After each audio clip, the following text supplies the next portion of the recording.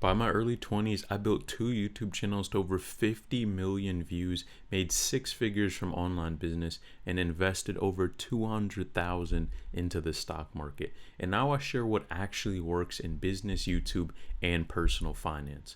Now, most people never save their first 10,000, and it's not because they don't earn enough, but because they make these simple mistakes that keep them stuck forever. Now in this video, I'm going to show you the 7 practical steps you can hit to save your first 10K way faster than you think.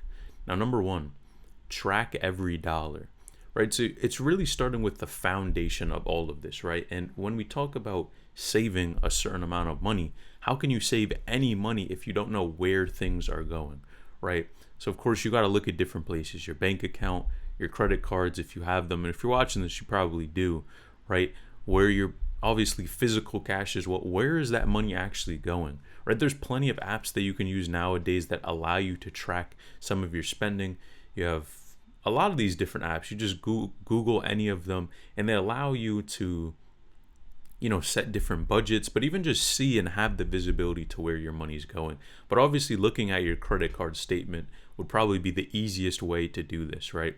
Because you can't save what you don't measure, right? And most people underestimate a lot of these things because you may have hidden subscriptions, which how common is that, right? People spend so much money on just these small subscriptions that maybe are weekly or monthly, and then you realize after a long period of time, I've spent hundreds or even thousands of dollars on a subscription that I wasn't even thinking about. And now it's like, what was the actual point, right? And even food, right? Eating out, right? So you can really see and observe where your money is actually going, because if you don't have that visibility, you're not going to save anything, right? You don't want to guess and you don't want things to be random, right? And even writing it down forces that awareness, which can free up money like that, right? If you have an old subscription and you see, boom, oh, this is something that I'm not even using anymore. Boom, what happens? You literally can use that, cancel the subscription, and you just saved yourself money, right? Within what, 5-10 minutes? How long does it take to see a subscription that is on your statements but you haven't been using, right? That's super quick. So again, it's not as hard as people think, but it's about doing the groundwork and actually taking the steps necessary to have that visibility.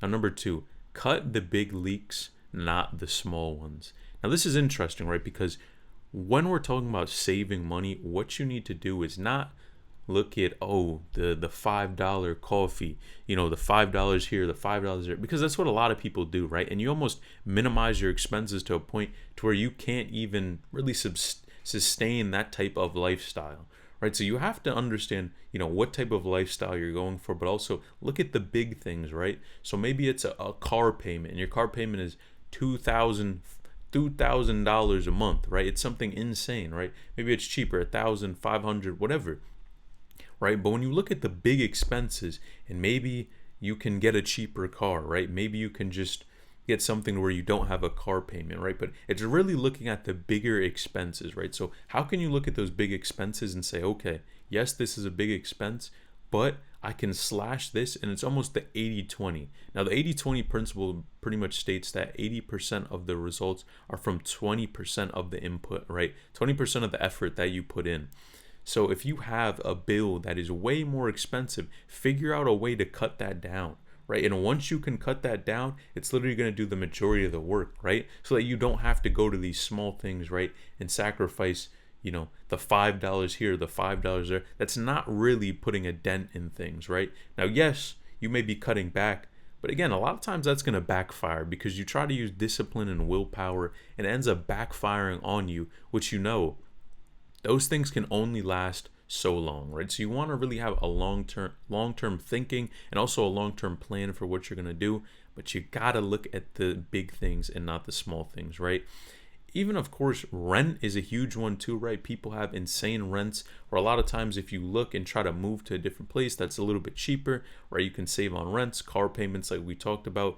Eating out, right, can be another one depending on how often you do it and how much you're spending. Right, if you're doing something cheap, that's not a huge deal. And honestly, you could cook the majority of your meals, which would save a ton of money, right? Because how easy is it to spend, a decent amount on a meal, especially if you're going out with multiple people, versus you cooking in, right? And when you're trying to save that 10K, you have to do what you have to do, right?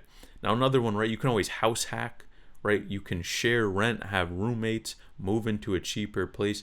And you definitely want to avoid, financing cars, right? And again, those can really kill your progress. Now, number 3, eliminate lifestyle creep. This is a big one, right? Because you see people on Instagram, you see people on Twitter, on YouTube, right? They're buying these expensive cars. They have, all of these things, right? The expensive stuff that you look at and you're like, the sneakers, right? They have that the expensive house. Maybe they have a high rise apartment. All of these things, and you look at them and you say, man, that would be so nice to have.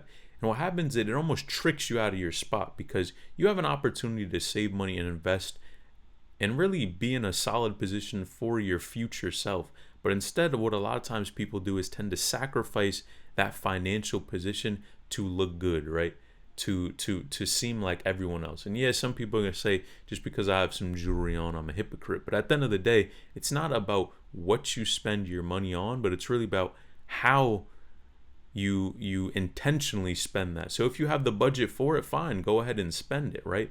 But when you're trying to get that first 10K, you have to be diligent about this, right? So try not to, honestly, delete Instagram, right? Delete all these things that make you want to go buy something else, because a lot of times it's not even just that it's in your own mind, but it's that other people are influencing you, right? And you'd be surprised how much influence social media and these other things have on you, right? So you really want to stay living like a broke student. That's the easiest way you can say it, right? Where it's, all right, I keep my expenses low. And what does that do for you? That allows you to have some breathing room, so you don't have to be, so tight on things when you're paying rent, or maybe you can't even make rent, right? And you end up not having any money at the end of the month, right? So the gap is really between, what you earn and what you spend, right? And you want to increase that gap. And eventually, for this is just saving, but obviously later down the line, you want to invest, but you got to start somewhere.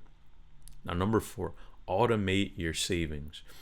Now, the core principle of this is a payday routine. And that basically is, when you get paid, you want to have automations that put your money in certain places, right? So if let's say you make $1,000, let's just say a week, right? $1,000 a week, man, put away a certain amount of money right when your paycheck hits.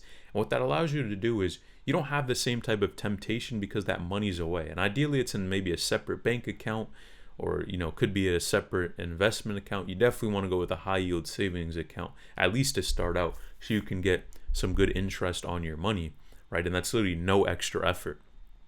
But you want to treat these things like it's vital, because when you're trying to save that amount, man, you don't want to have to look at this huge stack of money and think, oh man, I really have this much, I could go spend all of this. No, you need to discipline yourself, right? Sit down and say, okay, I'm gonna put this away before my paycheck even really hits, right? So that I don't even have the temptation, I can't even spend this type of money.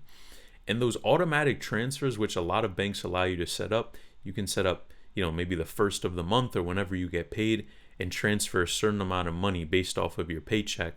And doing this makes saving 10 times easier, because what we want you to do is get out of your head. We don't want you to have to think about, saving money, right? It should really just be, okay, I have this money, let me just boom, put it away and not even see it. When you don't see it, you don't have the same, willpower and fight to make something happen, right? And even $250 per paycheck gets you to 10K in under 2 years. Now, obviously 2 years, long period of time, but think about it, man. And obviously, depending on how often you get paid, there's variances there, but it is possible.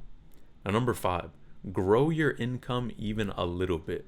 Now, we were talking about, right, you need to be aware of where your money's going, but when you're aware, right, and you can set aside a certain amount of money per month, you have to try to grow your income, right? Because it's the fastest way. At the end of the day, you can only save so much, but you can always technically make more money. And how are we going to do this, right? You can ask for a raise. Try to go to a different job where you can get more money if your current job won't hire you. Maybe get a second job, right? You can get a second job and easily make more money. You put more hours in. Now, you can also start things like side hustles, because at the end of the day, no one wants to trade their time for money, right? What you want to do is have some scale. And there are definitely skills out there that if you have these skills and can stack multiple things, you can basically break that, that equation where people say, you have to put in this much time to make this much amount of money. I mean, I started YouTube, right? And that was one of the things where I realized, kind of opened my eyes, that you could really make money and not necessarily have to work a 9 to 5, right? And especially when I saw, I'm looking at the YouTube chart and I see, man, this is crazy. Like, you could literally make thousands of dollars per day and put in way less time. Right now, for most people in entrepreneurship, they're going to have to put in a lot of time, but still, I realized it doesn't have to be 40 hours, and it doesn't have to be, this this idea that you have to go to school and then you have to do this. No, the internet has opened up so much opportunity for people to do different things, right? So however you do that, right? Maybe you can try freelancing. So Fiverr is another option, right? Tutoring, or even just these small businesses that can make you, a couple bucks here and there, hundreds to thousands of dollars, right? And that alone can easily cut the time that you're trying to make that 10K. It can shrink it so much, because it's like, boom, right? What happened? I increased my income. Now it's gonna go by even faster. I don't have to live, penny pinch every single thing, but I can actually, make money and get there super quick. And definitely as you put more time into businesses, they end up growing. And you could literally do that in maybe a month, right? A couple months if you're really locked in to a business. So it's really just about starting. Number 6, separate wants from needs. Now, most people confuse this, right? Because again, you see all of these things and they look good, but you got to understand, what are your actual basic necessities, right? And even calculating that dollar amount will help you too. Like, how much do I actually need to spend per month to survive? Right? We're not talking about luxuries. We're not talking about adding anything crazy. What's that baseline for you? And once you know that, that can actually help you, because it's saying, okay, here's my paycheck, number one. Here's how much it cost for me to live. You subtract that from the paycheck, and then you stack up the rest, right? So as you stack up that money, it's going to be way more clear to you that you can get there, right? And it's so tough, because you see so many people and how their spending goes nowadays, that all they're spending on is the wants. And you see so many people end up in terrible financial positions, right? But from the outside, we don't really see it, right? Because it looks good from the outside, right? It looks like they have everything together. But then on the inside, when you see what their finances really look like, they're living paycheck to paycheck, and they're never going to retire, right? So you got to start early and think about these things. Be intentional, right? And especially you got to think of, what type of quality of life do you want? Do you want to work for the rest of your life, or do you want to start stacking, learning these habits now, so that it can help you, elevate and set yourself up for the future? Now, number 7, reframing the mindset. Now, saving isn't deprivation, it's buying freedom. And that's what you have to realize. What we're trying to do is buy our freedom back. In order to buy our freedom back, we have to be money management. You don't even have to be a master, but you got to be pretty good, right? You got to increase your skills in money management. And that's all this game is. If you can trick basically yourself to save the money, invest the money, stack it, you're going to be way better off long term, right? In that first 10,000, what that really tells you is it's about proof. It's about proving to yourself that this is possible, that you can actually do it, right? And once you hit this, right, and of course, right, there's a certain limit to saving, right? So ideally you want to save, 6 to 12 months of expenses, right? Expenses, and then boom, we want to invest the rest. And you want to keep that 6 to 12 months high yield savings account, easy way, right? So have those transfers when you get your paycheck, high yield savings account. There's places where you can earn 4% on your money, or even higher. And if you guys want me to talk about that, let me know. But you can earn even more on your money, and then boom, what happens?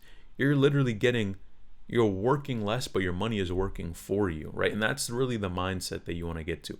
We want to get you to get more freedom and not be tricked by all of these things that you see online or social media, so that you can have the freedom you want. If you're interested in learning more about these topics, click this video on the screen here.